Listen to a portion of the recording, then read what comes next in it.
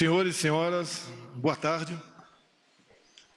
Meus ministros, imprensa, povo brasileiro que me assiste. Sabia que não seria fácil.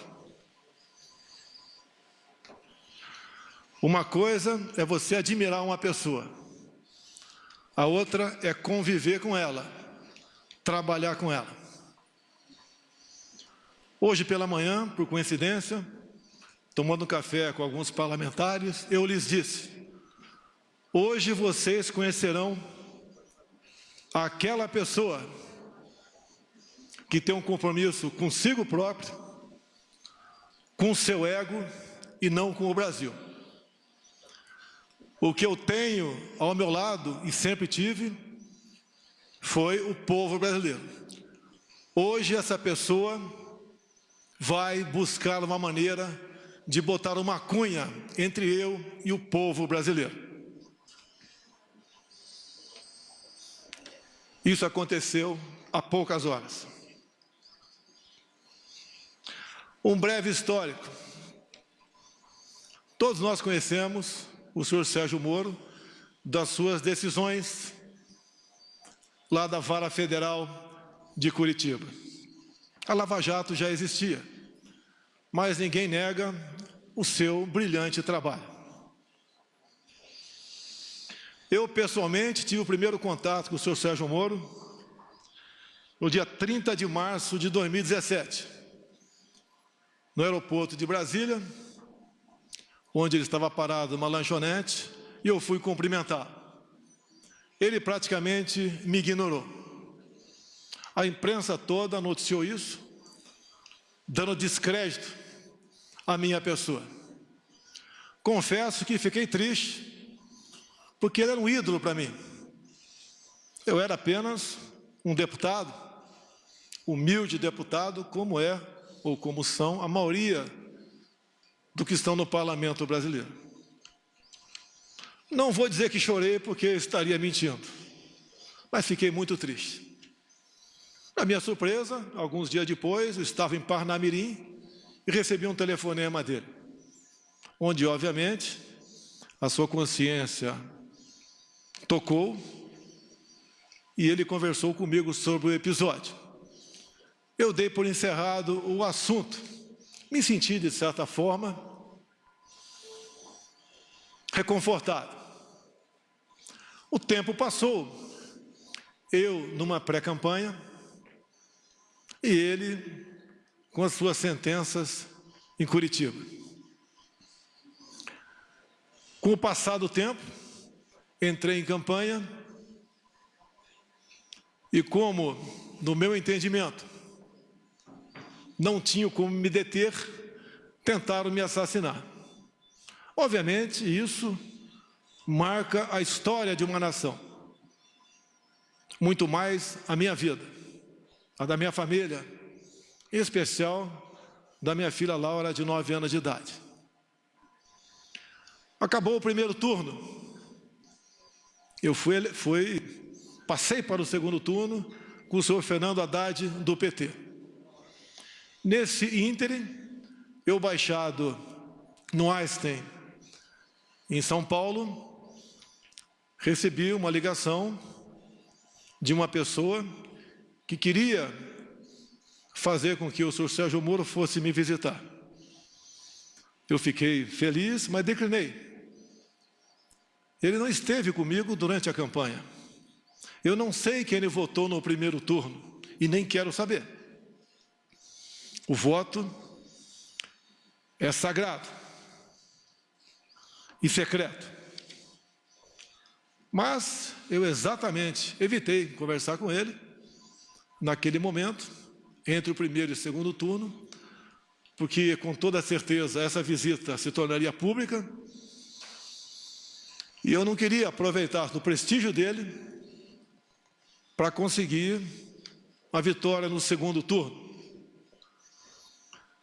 Após, então, a nossa vitória, a vitória da democracia, da liberdade, das eleições livres, eu recebi o senhor Sérgio Moro na minha casa, na Barra da Tijuca, presente, ao meu lado, o senhor Paulo Guedes, um homem que já havia escolhido para ser ministro da Economia. E ali traçamos alguma coisa de como ele seria tratado caso aceitasse o nosso convite para ser ministro da Justiça. Obviamente, repito, ele não participou da minha campanha. Acertamos, como fiz com todos os ministros, vai ter autonomia no seu ministério. Autonomia não é sinal de soberania. A todos os ministros, e a ele também, falei do meu poder de veto. Os cargos chaves teriam que passar pelas minhas mãos e eu daria o sinal verde ou não. Para todos os ministros foi feito dessa maneira. Mais de 90% desses cargos que passaram pelas minhas mãos, eu dei o sinal verde. Assim foi também com o senhor Valeixo. Até ontem, diretor-geral da nossa honrada e gloriosa Polícia Federal. A indicação foi do senhor Sérgio Moro, apesar de a lei de 2014 dizer que a indicação para esse cargo e a nomeação é exclusiva do senhor presidente da República. Abri mão disso, porque confiava no senhor Sérgio Moro. E ele levou a sua equipe, ou trouxe a sua equipe aqui para Brasília. Todos os cargos chaves são de Curitiba, inclusive a Polícia Rodoviária Federal. Lógico, me surpreendeu. Será que os melhores quadros da PF, todos estavam em Curitiba? Mas vamos confiar. Vamos dar um crédito. E assim, nós começamos a trabalhar. O senhor da imprensa bem sabe que eu não conto com a isenção, na maioria das vezes, por parte de vocês, nas matérias publicadas. Desde o começo, já se começou a falar que eu estava dificultando operações de combate à corrupção. Porque as operações, com muito menos intensidade, apareciam. Mas é óbvio que isso ia acontecer. Se as nossas indicações para ministérios, bancos oficiais e estatais não passavam por indicações partidárias, está na cara que a fonte da corrupção não era tão abundante quanto antigamente. Isso começou a bater sobre mim, como se eu tivesse contrário à Lava Jato. Isso não é verdade. As grandes operações da PF no passado foram em cima de estatais ou de empreiteiros que faziam obras e arrancavam recursos via bancos oficiais, em especial o BNDES. Nós botamos um ponto final nisso. Isso foi muito caro para mim. Poderosos se levantaram contra mim. E é uma realidade. É uma verdade. Eu estou lutando contra um sistema, contra o establishment. Coisas que aconteciam no Brasil, praticamente não acontecem mais.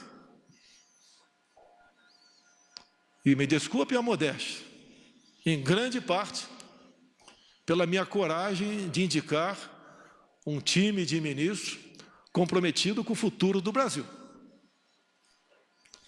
Continua não sendo fácil, mas pode ter certeza, hoje em dia, eu conto com muitos parlamentares dentro do Congresso Nacional que já comungam dessa tese, de vários partidos, exceto da extrema esquerda, porque o que eles querem, no final das contas, é roubar a nossa liberdade.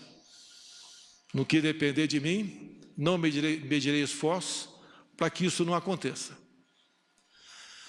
dizer ao prezado ex-ministro Sérgio Moro, como o senhor disse hoje na sua coletiva, por 3 vezes, o senhor disse que tinha uma biografia a zelar. Eu digo a Vossa Senhoria que eu tenho um Brasil a zelar. Não apenas fiz um juramento quando sentei praça nos idos 1973, na Escola Preparatória de Cadetes do Exército em Campinas, em dar a vida pela minha pátria, se preciso fosse. Mais que a vida para a minha pátria, eu tenho dado. Eu tenho dado o desconforto da minha família, as acusações mais torpes possíveis, não só contra a minha família, bem como aqueles que estão ao meu lado. Falava-se em interferência minha na Polícia Federal. Ora as bolas, se eu posso trocar o ministro, por que não posso, de acordo com a lei, trocar o diretor da Polícia Federal? Eu não tenho que pedir autorização para ninguém para trocar o diretor ou qualquer outro que esteja na pirâmide hierárquica do Poder Executivo. Será que é interferir na Polícia Federal, quase que exigir e implorar Sérgio Moro que apure quem mandou matar Jair Bolsonaro? A PF de Sérgio Moro mais se preocupou com Marielle do que com seu chefe supremo. Cobrei muito deles aí. Não interferi. Eu acho que todas as pessoas de bem no Brasil querem saber.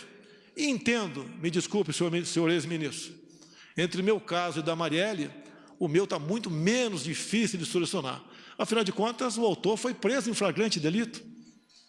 Mais pessoas testemunharam. Telefones foram apreendidos, 3 renomados advogados, em menos de 24 horas, estavam lá para defender o assassino. Isso é interferir na Polícia Federal? Será que pedir à Polícia Federal, quase que implorar, via ministro, para que fosse apurado o caso Marielle, no caso porteiro da minha casa 58, na Avenida Lúcio Costa, 3100? Quase que por acaso descobrimos, se não pedir para o meu filho ir na portaria e filmar a secretária eletrônica. Talvez até hoje ficasse a dúvida para todos que eu poderia estar envolvido nisso. Isso foi numa quarta-feira de março de 2018, onde entre a ligação do porteiro para a minha casa e as minhas digitais nos painéis de presença da Câmara, tinha um espaço em menos de 1 hora, eu não estava lá.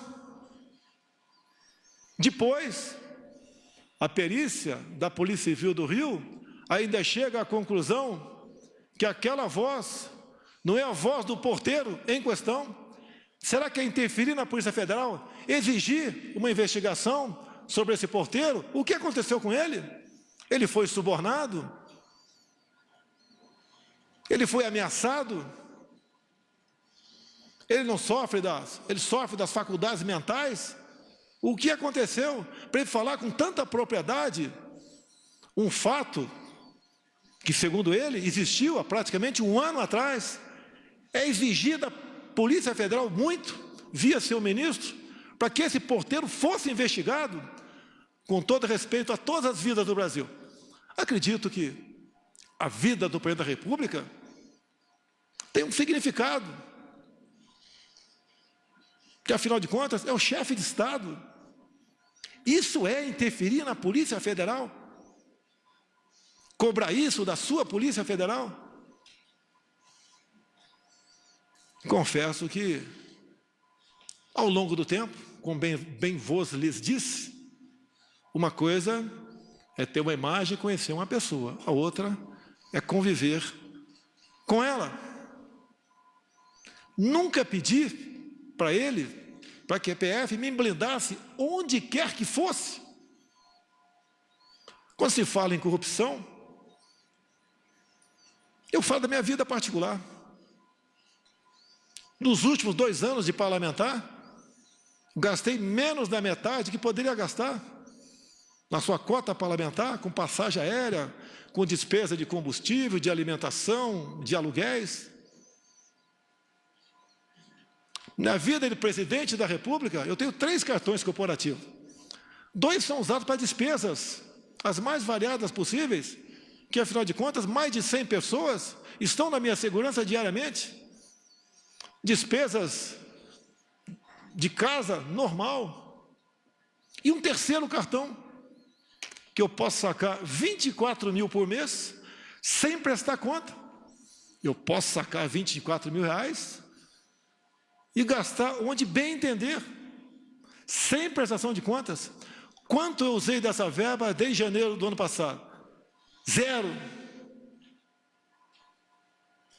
Isso é obrigação. Desliguei o aquecedor da piscina olímpica do Alvorada.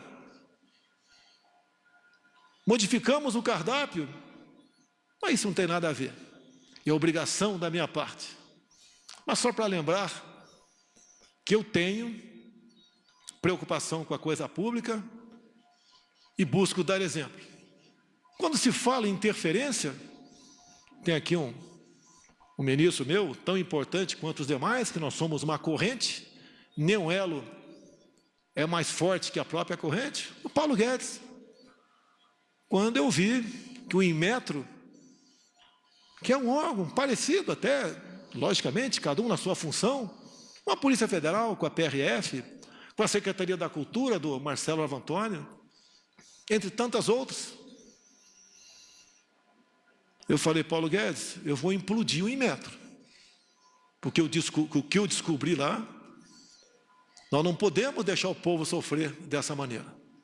Queriam trocar 1.600.000 tacógrafos de motoristas, de viaturas, cada tacógrafo custando R$ 1.900. Quem ia pagar a conta era o motorista de caminhão, o motorista de van, de ônibus. Queriam trocar todos os taxímetros do Brasil. Só no meu estado, Rio de Janeiro, 40 mil taxistas iam ter que comprar um novo taxímetro. Queriam um chip em cada bomba de combustível no Brasil, onde nós ficamos sabendo que não teria a sua devida eficácia. Não tem, essa conta não foi para o povo pagar. A obrigação do Inmetro é, obviamente, atestar a qualidade de muita coisa e, de preferência, obviamente, evitar onerar o nosso já sofrido povo brasileiro com a pesada carga de impostos que tem. Implodimos o Inmetro. E a Polícia Federal? Como publicado por vocês no dia de ontem, mas esqueçam a imprensa. Ontem, numa videoconferência, o senhor Valeixo se dirigiu a todos os seus 27 superintendentes e disse que desde janeiro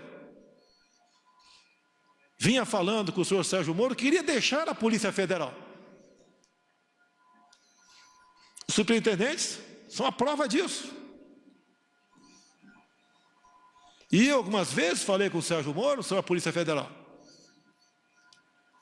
Quando eu me elegi, havia uma ideia por parte de policiais, muitos trabalhavam comigo, em torno de 60 em rodízio, eu tinha direito a isso pela legislação, até o maior efetivo, por ser o candidato com maior chance, e mesmo assim, apesar de todo o trabalho da Polícia Federal, não conseguiu evitar a tentativa de homicídio, mas eu digo, foi a Polícia Federal, com o seu trabalho técnico, preventivo, que também foi um elo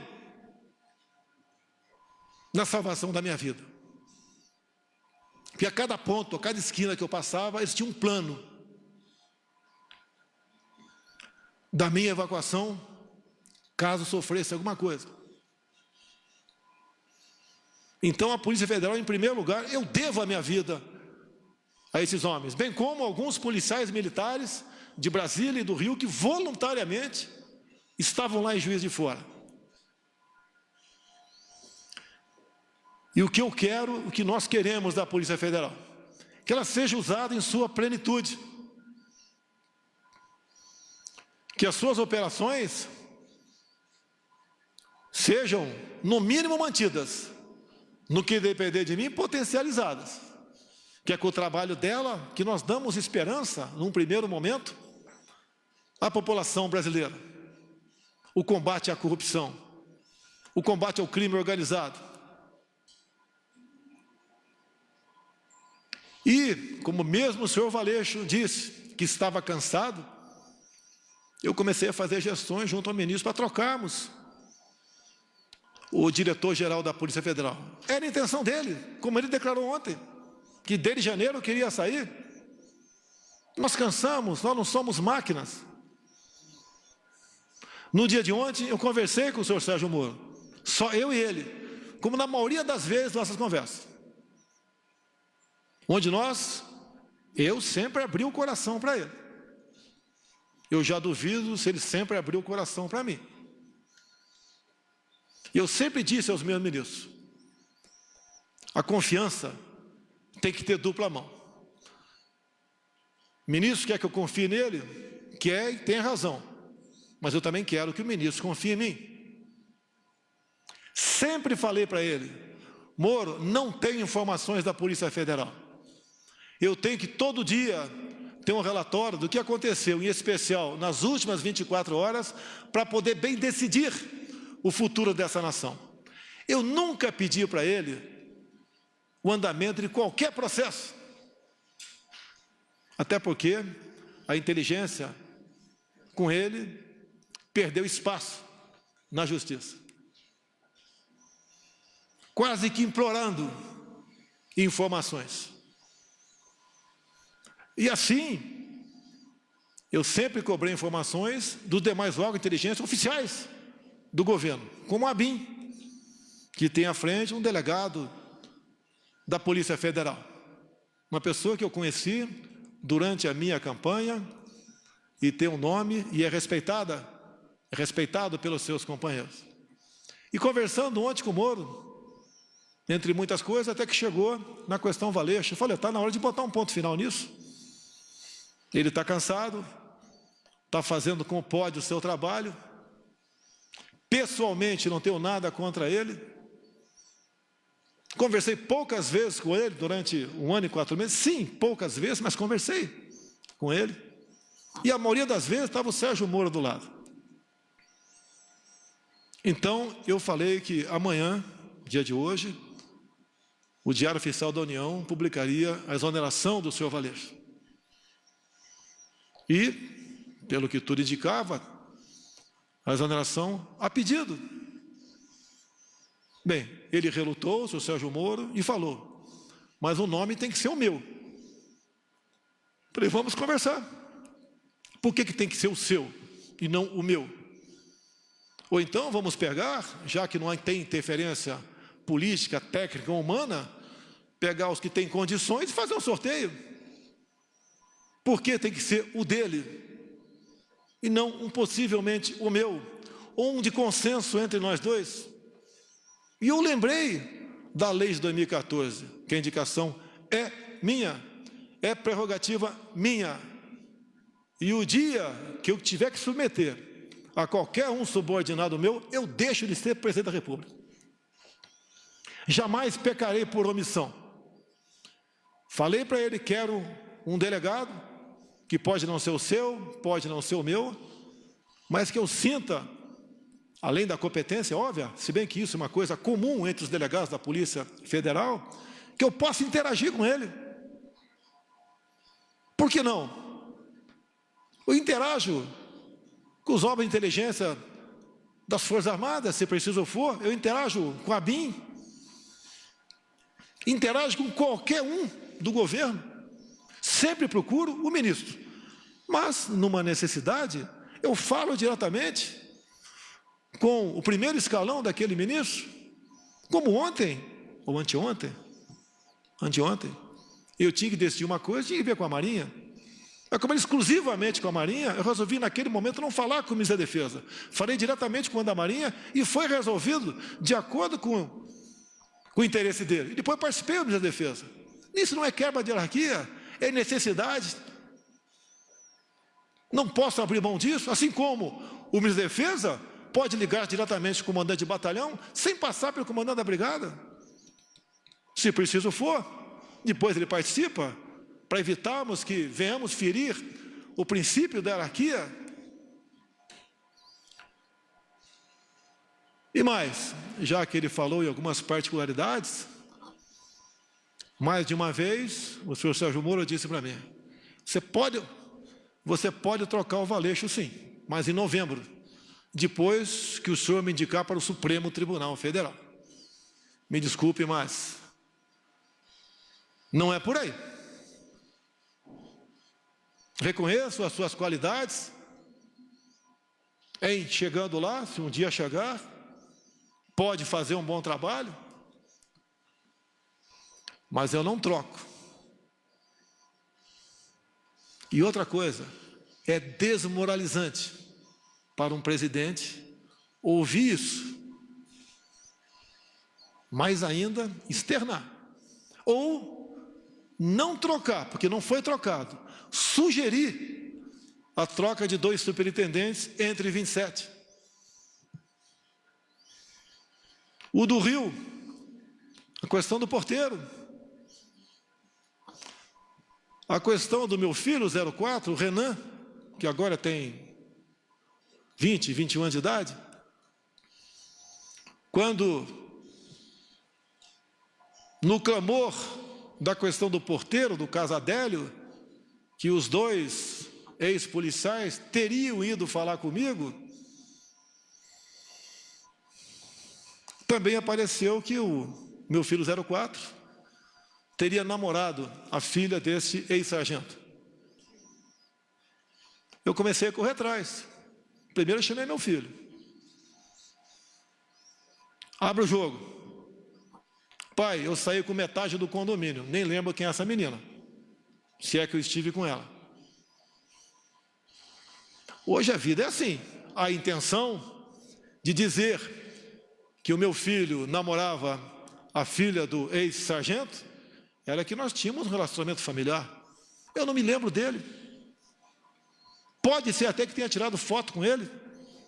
Durante pré-campanha e campanha era comum eu tirar em média 500 fotografias por dia, porque essa era a minha imprensa.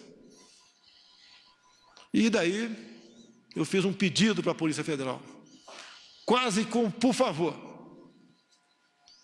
chegue em Mossoró e interrogue o ex-sargento. Foram lá, a PF fez o seu trabalho, interrogou, e está comigo a cópia do interrogatório, onde ele diz simplesmente o seguinte: a minha filha nunca namorou a filha do presidente Jair Bolsonaro, que a minha filha sempre morou nos Estados Unidos. Mas eu é que tenho que correr atrás disso? Ou é um ministro, ou é uma Polícia Federal que tem que se interessar? Não é para me blindar, porque eu não estou em curso em nenhum crime. A mídia, outras instituições já me botaram de cabeça para baixo, chacoalharam tudo. Levantaram até que com 5 anos de idade, revista Época, eu chamava uma mulher de gorda em Eldorado Paulista. Descobriram, eu nem sabia, que a avó da minha esposa já foi presa por 3 anos por tráfico de drogas. Confesso que não sabia. E se eu soubesse, teria casado com a senhora Michele assim mesmo. Fiquei sabendo, através de vocês também, que a mãe da senhora Michele cometeu o crime de falsidade ideológica. Na sua inocência, em vez de fazer uma cirurgia plástica para ficar mais jovem, né, mais bonita, ela resolveu fazer uma cirurgia na certidão de nascimento, diminuindo 10 anos a sua idade. Esse foi o crime dela. Se coloca em público isso daí, para escrotizar, para dizer que ela não tem caráter. O caso Queiroz, eu conheço o Queiroz desde 1984, no 8º grupo de campanha paraquedista, foi para a Polícia Militar, depois de um tempo, fizemos amizade, veio trabalhar comigo, com meu filho. O que porventura ele faz, ele responde pelos seus atos. Não foi por uma, foi por 2 vezes que o Queiroz teve dívida comigo. Me pagou com cheques. E não veio para minha conta esse cheque, porque eu simplesmente deixei no Rio de Janeiro. Não estaria na minha conta. E não foram 24 mil reais, foi 40 mil reais. Desde o primeiro momento. Não é uma pessoa, porventura, faz algo de errado, está do nosso lado. Você tem que ser responsabilizado. E o tempo todo ser cobrado por isso.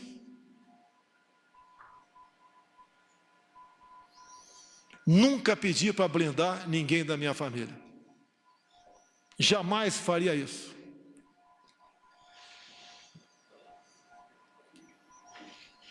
Agora, eu lamento que aquela pessoa que mais tinha que defender dentro de uma legalidade não o faz. Teve um clima sim pesado com o senhor ministro, na última reunião de ministros, onde eu cobrei dele, na frente de todos os ministros, que ele tomasse uma posição sobre a prisão e algemas usada contra mulheres na praia, mulheres em praça pública, como de Araraquara, um pobre, um humilde trabalhador do comércio, no Piauí, entre tantos outros, que ele tinha que mostrar sua cara. Ele tem amparo na lei do abuso de autoridade. Essa lei, que por ser lei, não tem que ser questionada, discutida, tem que ser cumprida. Quem é contra ela, que apresente o MADIM junto ao órgão competente para que ele ajuize junto ao Supremo Tribunal Federal. A resposta dele foi o silêncio. Boas matérias, ele aparece. Mas se omite. A minha vida, as minhas ações, muitas vezes, elas são num arrebento de explosão. Eu não posso admitir cercear o direito de ir e vir quem quer que seja. E a lei que fala sobre isso, no caso de pandemias, é alguém comprovadamente infectado. A decisão dessas medidas coercitivas cabem aos respectivos governadores e prefeitos. Assim decidiu o Supremo Tribunal Federal. E uma vez decidido, não cabe a mim questionar mais. Prefeitos, alguns governadores, em cima disso, estão cometendo tremendos absurdos. E o governo federal tem que se posicionar, tem que peticionar o Supremo Tribunal Federal, entrar com ações. E quem tem que fazer isso? O presidente? Ou o ministro da pasta responsável? Isso incomoda ele. É um ministro, lamentavelmente, desarmamentista, dificuldades enormes com decretos para facilitar para os CACs ou para aqueles que têm uma arma a compra de armamento, de munição.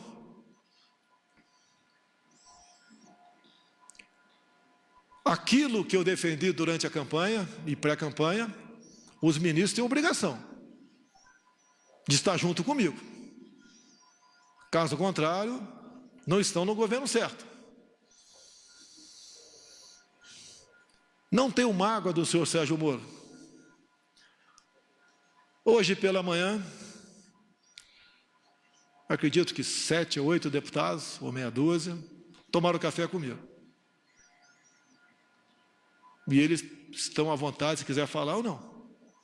Eu lhes disse, hoje vocês vão conhecer quem realmente não me quer na cadeira presidencial.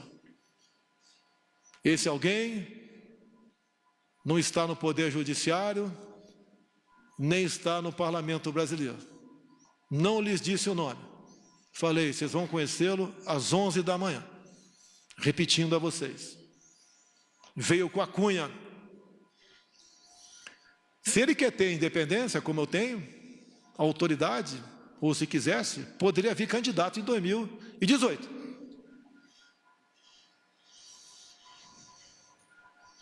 Agora, eu não posso conviver, ou fica difícil a convivência, com uma pessoa que pensa bastante diferente de você. Um fato que foi noticiado muito no início do ano passado, ele nomeou a senhora Ilona Sabó como suplente de um conselho, e nós sabemos que essa senhora, ou senhorita, tem publicações, as mais variadas possíveis, defendendo o aborto, ideologia de gênero, entre tantas outras coisas, que são em completo desacordo com as bandeiras que eu defendi, que os cristãos brasileiros também defendiam, e até ateus defendiam também. Não foi fácil conseguir a exoneração dessa pessoa, porque o tempo todo você me deu carta branca e porteira fechada. Mas quase sempre se lembrava do poder de veto. Torci muito para dar certo. Muito. Mas, infelizmente, ou felizmente, no dia de hoje, após nossa conversa no dia de ontem, eu até fui sinalizado que ele compareceria à presidência e seria bem recebido, como foi o senhor Mandetta há poucos dias, para comunicar seu afastamento, ou para tentar a última cartada. Tem mais esses nomes aqui, para o DG. O senhor concorda com algum desses ou não? E daí tomar uma providência. Eu sempre fui do diálogo. Vocês não vão encontrar nenhum ministro meu que vai dizer que eu impus qualquer coisa para ele. Ele resolveu marcar uma coletiva e fez acusações infundadas, que eu lamento. Para muitos, vai deslustrar a sua tão defendida biografia. Nós que estamos na linha de frente, nós ministros, tem algo mais importante que a nossa biografia. É o bem-estar do seu povo, é o futuro dessa nação. Vamos levar, no sentido figurado, muito tiro na cara, mas vamos cumprir a missão. Aqui tem ministros que apanham todo dia, como Abraham Van Trauben, por exemplo. Outros apanham também, mas esse é um exemplo. Luta contra uma doutrinação de décadas, onde vem demonstrando que a educação do Brasil nunca teve tão mal. Não só as provas do PISA, bem demonstram que estamos em várias matérias, em último na América do Sul, em último no mundo. Isso tem que ser mudado.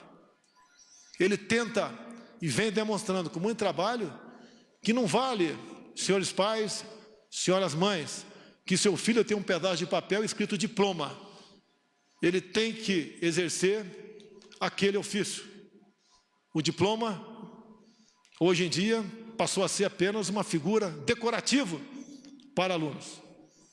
Ele tem que ser um bom profissional e não um bom militante.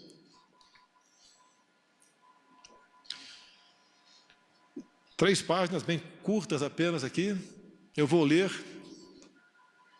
e dar o encerramento a essa coletiva. Meu compromisso é com o Brasil e com a democracia. Sempre dei plena liberdade aos meus ministros, sem abrir mão do meu poder de veto e da minha autoridade como presidente da República. Sempre mantive diálogos republicanos com todos os meus ministros. Temos discordâncias e convergências, mas em qualquer situação mantive o respeito à opinião de todos. Sempre fui leal a eles. Ontem, mais uma vez, conversamos com o senhor ministro Sérgio Moro sobre a substituição na Polícia Federal. Esperava, em conjunto com o senhor ministro, definir um nome para dirigir a instituição, ainda que, pela lei, esta seja uma prerrogativa exclusiva do presidente da República. Estou decepcionado e surpreso com o seu comportamento. Não se dignou a me procurar e preferiu uma coletiva de imprensa para comunicar sua decisão. Meu compromisso é com a verdade, sem distorções. Não são verdadeiras as insinuações de que eu desejaria saber sobre investigações em andamento. Nos quase 16 meses em que esteve à frente do Ministério da Justiça, o senhor Sérgio Moro sabe que jamais lhe procurei para interferir nas investigações que estavam sendo realizadas. A não ser aquelas, não vi interferência, mas quase como uma súplica sobre o Adélio, o porteiro e meu filho 04. Sobre a exoneração do Dr. Valeixo, diretor-geral da Polícia Federal, pela Lei 13.047 de 2014, é prerrogativa do Presidente da República a nomeação e a exoneração do diretor-geral, bem como de vários outros cargos da administração direta. A exoneração ocorreu após uma conversa minha com o ministro da Justiça, pela manhã de ontem. À noite, eu e o doutor Valeixo conversamos por telefone e ele concordou com a exoneração a pedido. Desculpe, senhor ministro, o senhor não vai me chamar de mentiroso. Não existe uma acusação mais grave para um homem como eu, militar, cristão e presidente da República, ser acusado disso. Essa foi a minha conversa com o doutor Valeixo. E mais ainda, não só a imprensa publicou, no dia de ontem e de hoje, bem como, entre aspas, o doutor Valeixo, em contato com a Superintendência do Brasil, comunicando que estava cansado, que desde janeiro queria sair. Então não foi uma demissão que causasse surpresa a quem quer que fosse. A PF é uma instituição de Estado. Ela deve se conduzir de acordo com a Constituição Federal e as leis do país. Não importa quem as conduza. Não abro mão disso. Não existe possibilidade de interferência na Polícia Federal. Sua própria estrutura e seus profissionais garantem a autonomia de suas investigações. Esta autonomia é inerente à instituição, independente de governos. Não posso aceitar minha autoridade confrontada por qualquer ministro. Assim como respeito a todos, espero o mesmo comportamento. Confiança é uma via de mão dupla. Continuarei fiel a todos os brasileiros. Seguirei no combate à corrupção, às organizações criminosas e no trabalho para a redução da criminalidade. O governo continua. O governo não pode perder sua autoridade por questões pessoais de alguém que te antecipa a projetos outros. Travo o bom combate. A minha preocupação é entregar o Brasil para quem vier me suceder no futuro, bem melhor do que recebi em janeiro do ano passado. Confio nos meus ministros, nos servidores públicos, que têm nos ajudado a vencer a estes obstáculos. O Brasil é maior do que qualquer um de nós. Esse é o nosso compromisso, esse é o nosso dever de servir a pátria. A pátria vai ter de cada um de nós o seu empenho, o seu sacrifício e, se possível, se for necessário, o teu sangue para defender a democracia e a liberdade. Meu muito obrigado a todos os senhores. Está encerrado este pronunciamento.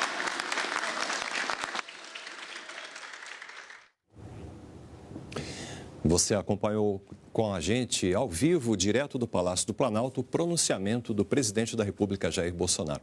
Continue agora com a programação da TV Brasil e siga bem informado também pelas nossas redes sociais.